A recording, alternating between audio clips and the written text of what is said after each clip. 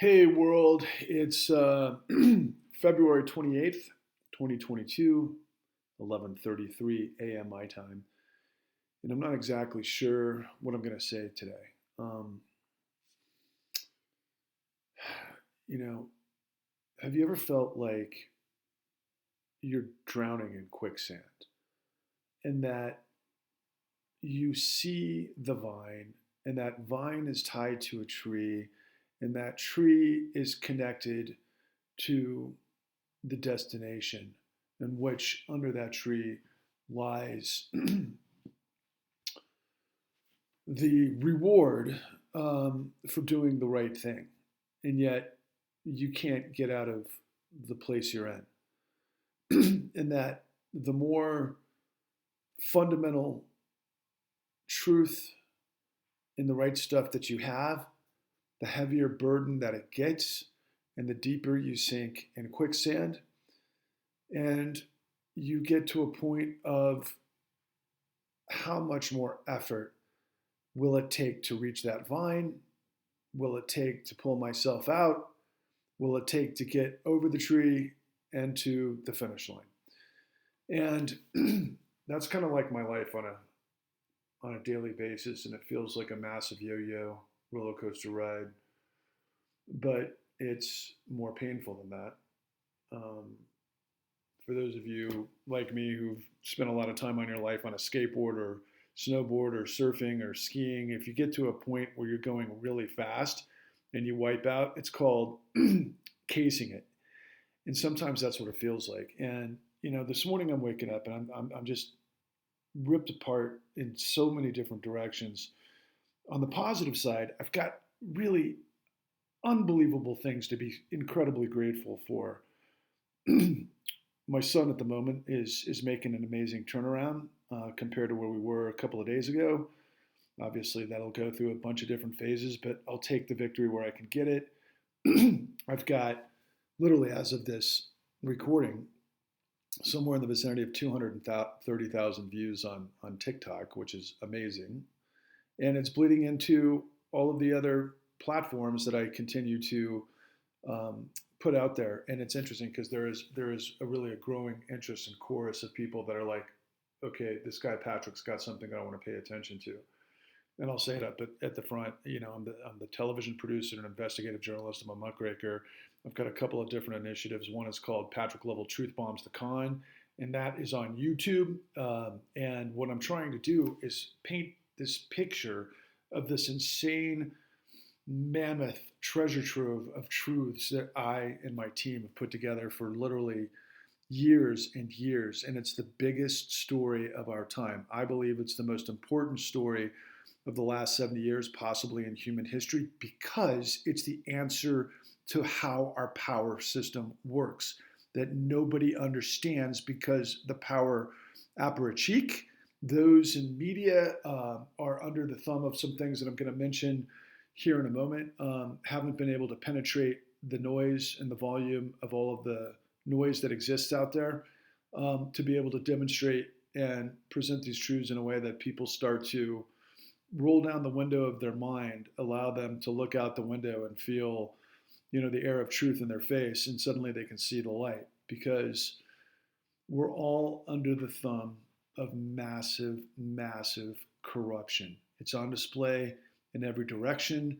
It undergirds this invasion by Russia into Ukraine, Putin and his oligarchs and billionaires laundering money all over the world by stealing it from their own countries that go through different financial systems.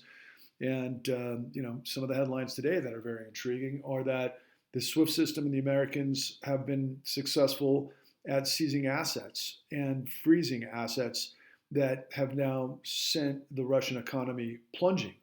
So, in the context of war, obviously, if you can destroy the other guy's economy, that's going to be beneficial to your aims. Except that China has lent a open door to Russia to join an alternative international, I guess, trading system in which their fossil fuels can be exchanged for, their currency. And I'm not sure where the ruble is going to be tomorrow, because I think it's literally flatlined today. They had to close the Russian stock exchange.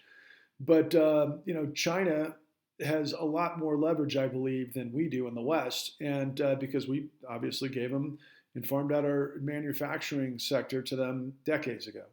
And they're also on top of a lot of rare earth minerals and many resources that are important to them, as well as them going into Africa and everything that constitutes as far as fossil fuels. But bringing it full circle, if there's kind of a new world order or kind of a splinter between how the United States and the West operate versus what Russia and Asia might do, that seems to be happening. Will it trigger World War III? I mean, like I said yesterday, it could, but that's really not the focus of what I want to talk about today, because what's killing me is, I've gotten to maybe the end of the line, but at the same time, I know it can't be because we're morphing like crazy. And so who am I and why are you paying attention to me?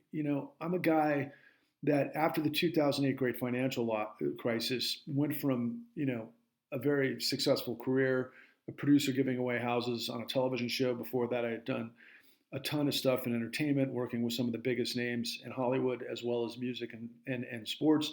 But I wasn't an investigative journalist. And because the world collapsed around my head, it forced me into a situation to start pulling the threads of questions that I had, that millions of us had, because we knew something didn't make sense. And I answered all of those questions after a monumental journey that led to this revelation that I'm telling you is the lost ark of the covenant. Let's put it that way, because what I'm trying to get us to all understand, and what's on display in all of these different splintered scenarios, is that democracy has been under siege for a long time. It's been basically sabotaged by our own system because we used the levers of power to basically hijack the apparatus of separation of powers for the financial system. And the financial system operates in a way that is antithetical to what democracy can achieve. It's an autocracy in its own right. And it's all built on the profit motive, but the profit motive is one thing. And we always had kind of a checks and balance as long as, companies operated within the veil of the law. But it doesn't exist anymore. And that's why we are completely corrupt. Everybody out there knows that the system is rigged. Everybody knows the system is corrupt. But like I've said on numerous occasions, nobody knows who did what, when, and how to cover it up, and ultimately how that created the system that we live in. So a couple of things just to kind of consider as we move forward in this process together. Look, media has been dead for a long time. So I just sat through a 60 Minutes piece about how hedge funds, particularly Aldem Capital, has taken over like 3/4 of newspapers around the country, as has Gannett Capital. Both are hedge funds that have basically destroyed investigative journalistic departments in local papers and big papers like the Chicago Tribune, and basically cut these things up in pieces just like they did through private equity of companies back in the late 80s and 90s, which were predicated on junk bonds and the Michael Milken's scenario, because this has been 4 decades of neoliberalism based on this march to financialization that creates short-term profits at everybody's expense. But what you don't get is that it's a smoke and mirror job where there's a lot of criminality happening that just ultimately is backed up by the United States government through our central bank, the Federal Reserve, which pumps trillions and trillions and trillions of dollars to criminal enterprises. Let that sink in for a minute. Like I've said this yesterday and I'll say it again. I mean, I'm not naive to believe that we have a chance to purge criminality completely. Never would that something that could cross my mind. Crime has been around since the beginning of mankind and will be until the day we die. But there's a big difference between rackets happening out there in the ether that have, smaller footprints, shall we say, than actually owning the entire government. And the reason they've been able to do that is through corruption. Simple as that.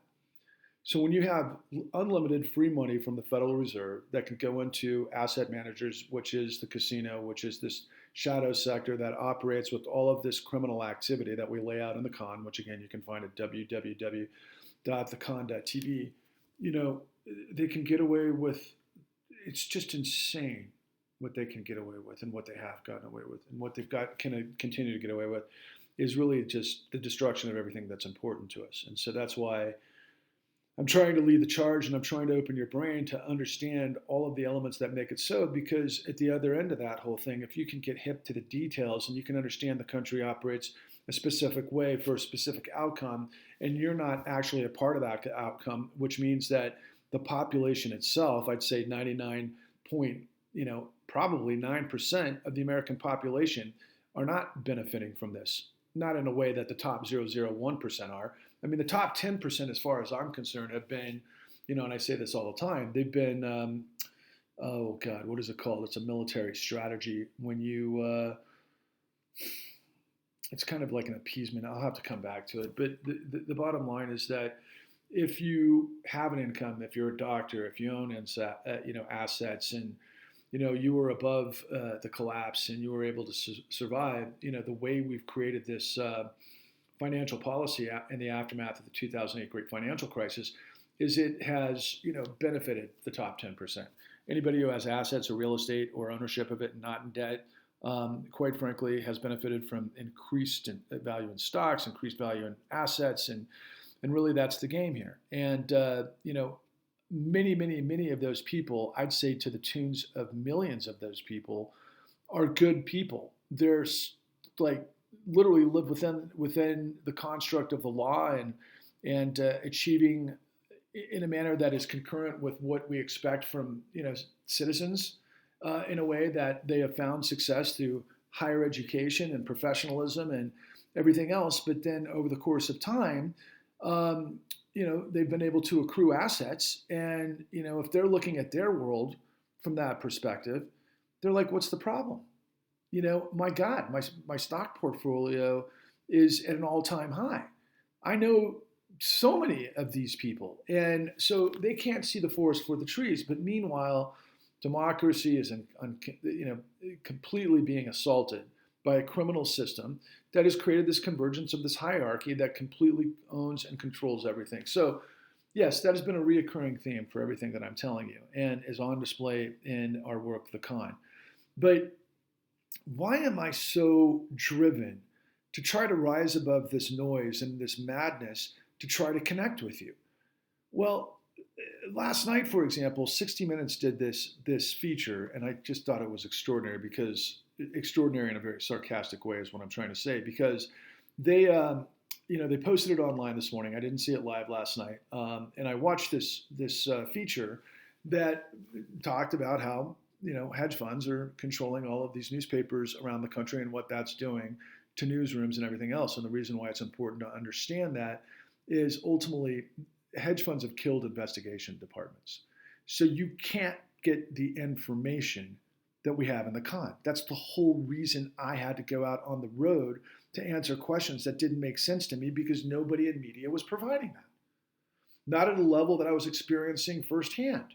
Because at the base level, for those of us who went the foreclosure crisis, when we were trying to modify our homes with these entities called so-called servicers, we didn't realize how they were operating and to what end, and who they were connected to, and how the whole thing worked. But I can just tell you, and I'll tell you straight up, literally there were tens of millions of illegal loans that went through the system, predicated on tens of millions of illegal originations that were then, greenlit through this whole system of criminology that then led to the collapse, that then led to people by the millions and millions being illegally foreclosed upon.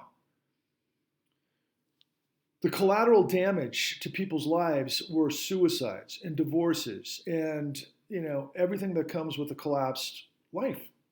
I mean, I don't think you can get more damaging than losing your home and everything that goes with it. I mean, the damage is beyond comprehension, and it's everywhere. There's millions of people that are homeless now, and there's a lot of people that have never recovered and will never recover. In fact, they won't, because we're just about, I think, on the precipice of another global disaster that's on display, and it could be triggered because of the Ukrainian invasion, everything that comes with it. But the irony of the 60 Minutes piece was that it basically once again realizes two things that, again, make it absolutely necessary for you to understand that what we accomplished in The Con was what something like 60 Minutes could never do. It's literally scratching the surface. So if you watch this piece online, you have to sit through a bunch of ads, of course, from Pfizer. Pfizer was the subject of a couple of truth bombs I laid down a couple of weeks ago as it relates to potentially Joe Rogan shorting Pfizer because of everything that constitutes. And then there was this other, kind of Viagra-like, silly commercial. I mean, these commercials that you sit through are part of the system that are just ridiculous in the first part, right? And that's capitalism and commercialism, and that's all fine and dandy. But the piece itself is showcasing how hedge funds have basically gutted investigative journalism so that you can't hold power account, so that they destroy these newsrooms. They can sell this stuff on the cheap because that's part of it. And it also, by the way, plays into this whole, I wouldn't be surprised if these huge hedge funds are, like private equity back in the day, blowing up these new rooms and selling pieces of these papers on the cheap, and then picking it back up, monopolizing them, and then selling them through bonds back to the Federal Reserve. I wouldn't be surprised if that's a possibility. So the Federal Reserve, the central bank, could be financing the destruction of the Fourth Estate. I don't have evidence of that, but it's just a speculation that I have because of just how the nature of this whole thing works. And so then you get a handful of, major players that are on the top side of this, like the New York Times. New York Times used to be, I'd say, the gold standard of investigative journalism, but they're not anymore. I know firsthand that the New York Times did not tell the story that we told, and I know why they didn't do it. There's a lot of reasons for it, much of which is in display in the con. But on a personal level, I continue to grind through this scenario, and yet I don't know how much hope I have. It's almost like going back to my initial analogy that, I'm in quicksand and I see the freaking vine, but I've seen the vine for a long time. I've been pulling at that vine for a long time, and every single time I think I've got some traction and then I'm going to be able to get out of this madness and get to the promised land, the vine just miraculously gives me more vine to freaking pull. Or they move the goalposts, or whatever analogy that you want to think. I mean, this whole thing is a joke. And meanwhile, there's millions of Americans that are on the downside of this. There's tens of millions of Americans, literally, and people around the world that got crushed by the 2008 great financial crisis that don't understand what happened, nor do they understand the world that they live in. And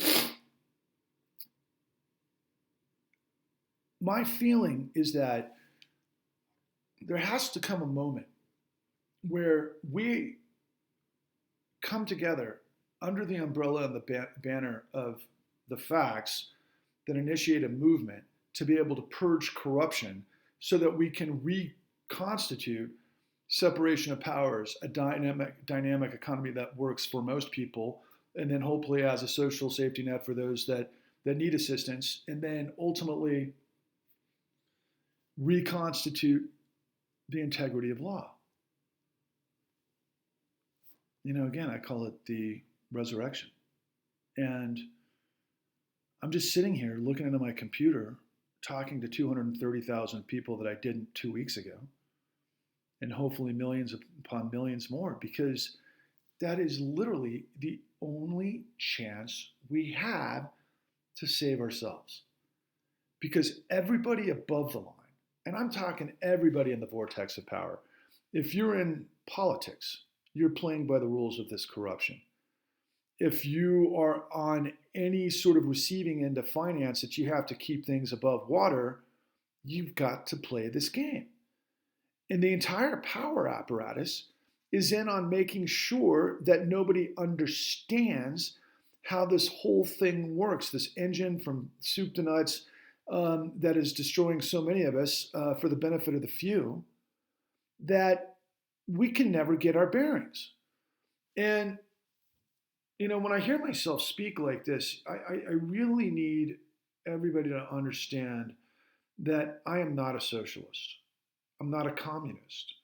I'm not, by any stretch, what was it? The Nazis. I'm trying to think of what that acronym stands for, because obviously they were National Socialists, right? I mean, it's ridiculous. I mean, I'm somebody who believes in democracy above all else and the integrity of the system. And the only way any of that works is with accountability and the integrity of the system, where the bad guys get put away so they can't run away with the loot. And that's all they're doing. And everything's at stake. And so as we thrust ahead, I mean, I hope that I can generate some sort of cathartic, magic to where everyone begins to get on the same page who's not benefiting from this. And I know that our numbers far outweigh them, even if we only reach 10% of what that audience is, right? And I'm a competitor, and I want to beat these guys. I want to beat them, and I want to beat them out of the system. And I want to do it peacefully through a civil rights-like movement where everybody's on the same page because we've got the numbers, and we can force it by getting people elevated into positions in our democracy that are on the same page, that literally put corruption above all else, because you can't achieve anything else unless you purge corruption. And I could talk for hours and upon hours about what that all looks like and what that means, and I hope to do so in the future. But I don't know if I'm losing steam, if I'm losing confidence, but I can tell you, and I should just kind of reveal this, and then I'll be done with it, because, I've had this partner for a long time who made all of this possible. I've had two partners that made this whole thing possible. One is my director and a guy who owns a production company that I've worked with for over 14 years, who I think is one of the most talented people I've ever known in my entire life. He's always been on the right side of it, but like me, we have to maintain revenue to be able to keep the lights on and keep people paid, so that we can create this sort of revelation for people that aren't getting it anywhere else, quite frankly. And I keep thinking to myself, we've only gone the distance to get the $29 trillion truth that literally buried hundreds of millions of people, that if we got, and we certainly didn't spend what the collective budgets of these agencies in the United States government that are actually tasked and built to make sure that what happened never happened. They get paid to the tune of $75 billion a year, and they don't do it. That's how deep this corruption is. And I can promise you, we didn't work on a $75 billion budget. But we got the truth, because we got the chance to talk to all the whistleblowers and all the people on the inside, as well as those that were the good guys within the Department of Justice and the FBI and all of those other types of things, that told us exactly how this whole went down, and we put it together on a platinum platter for you to understand. And there's more. I've got hundreds of hours sitting on the sidelines that should be front page news every single day in the New York Times if we had a world that we thought we lived in where the New York Times was actually interested in telling the truth. They're not. They're not. I'm sure they tell us, incredible truths in a lot of ways, like many others can't, but they're not telling this truth, okay? Because they benefit from it. That's the only thing I can consider. There's some cultural things in there as well, but they also benefit from it.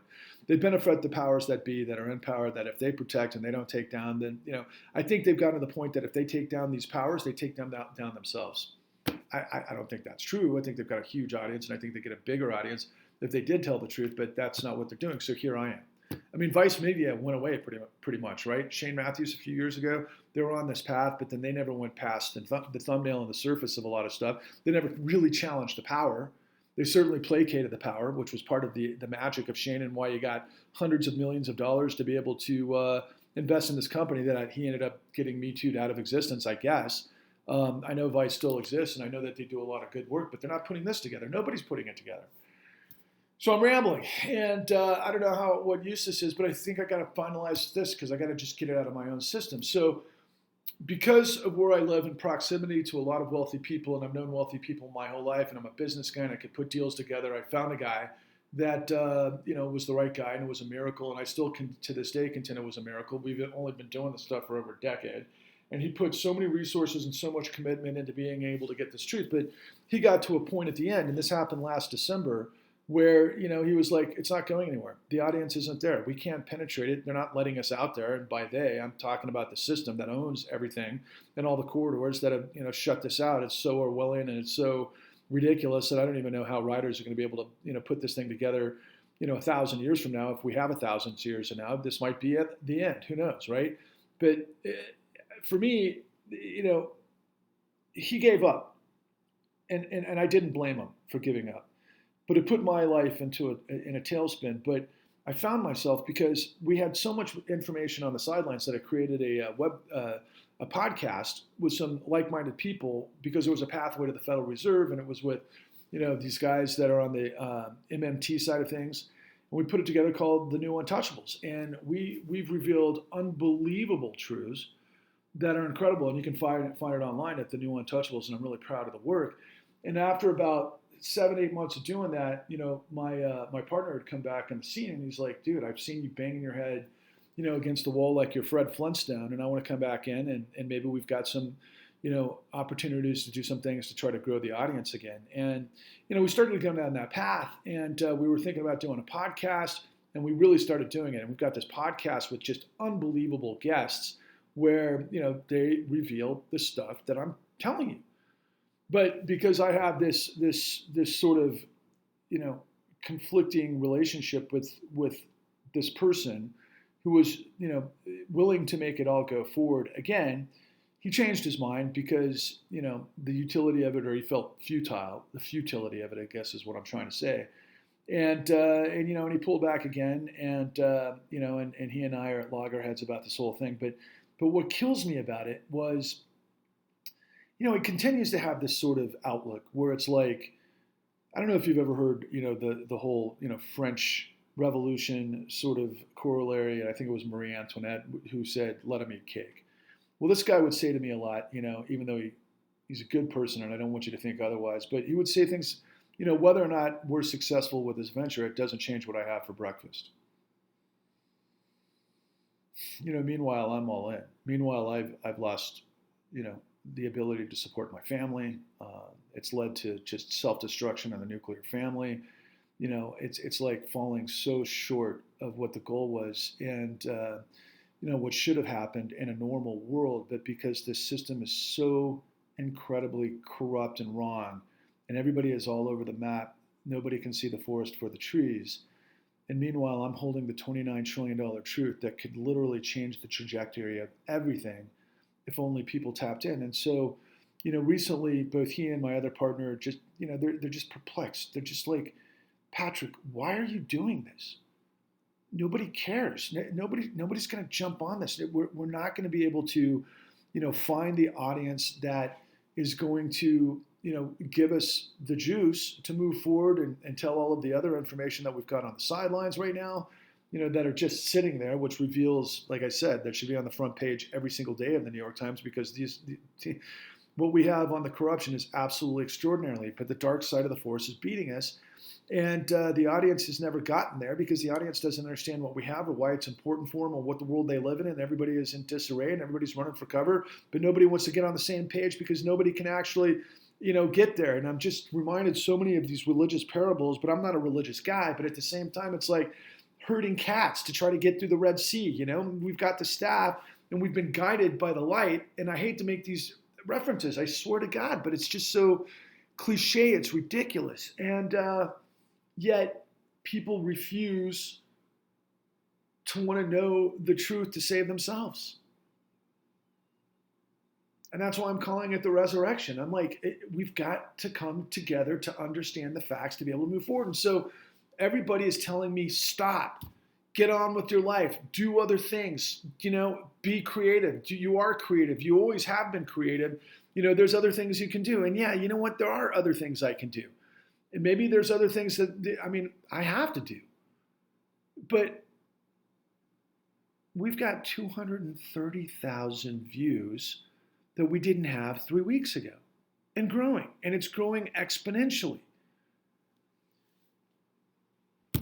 I hate to use the word convert, the conversion thing. I'm not down with conversion. People got to find their own light to the path. But I'm telling you, if you go to my YouTube page at I don't want to say www, but you know how to get to YouTube, and it's Patrick Lovell, Truth Bombs the Con. Like, subscribe. Hopefully you can tap into what it is that I'm laying out for you. Go to www.thecon.tv. I want so many of you guys, especially if you've lived through the financial crisis, you lost your homes, your parents lost their homes.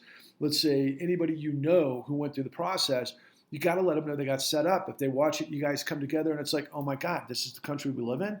Now I understand what this guy's trying to tell me, because Barack Obama in the 4 decades long blue Ivy League Wall Street meritocracy isn't doing it for us. In fact, David Dayen had a magnificent op-ed in the New York Times today. David Dayen's one of the best journalists that exists, right up there with Matt Taibbi. He did a book called Chain of Title, which reveals, and it fell on I think it fell on basically deaf ears as well. But it proved that the corruption in the courts was incredible. But that was still a thumbnail of what we've got.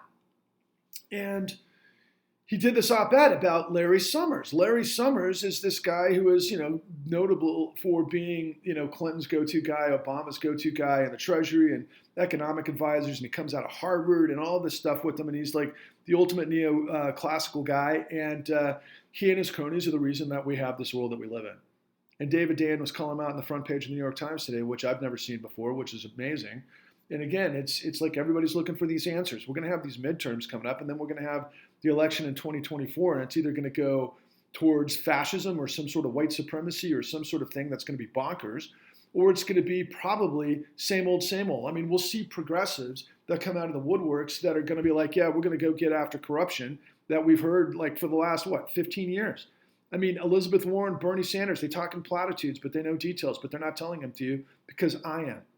AOC, I mean, I love AOC. I think she's a great dancer. She's I don't want to try to demean her, but at the same time, I've tried to get the con in front of her. She doesn't want to pay attention to the con. That was a while ago, and I gave up on it because they don't want to know the details of corruption, because then that means they'd actually have to do something about it, I guess, because right now they just seem to be playing ball with the corruption. And that goes to this thing that I saw on Jon Stewart the other day that involves some people who really know how monetary policy works, but Jon Stewart asked over and over, what about corruption? And they didn't want to give him the answers. And here I am.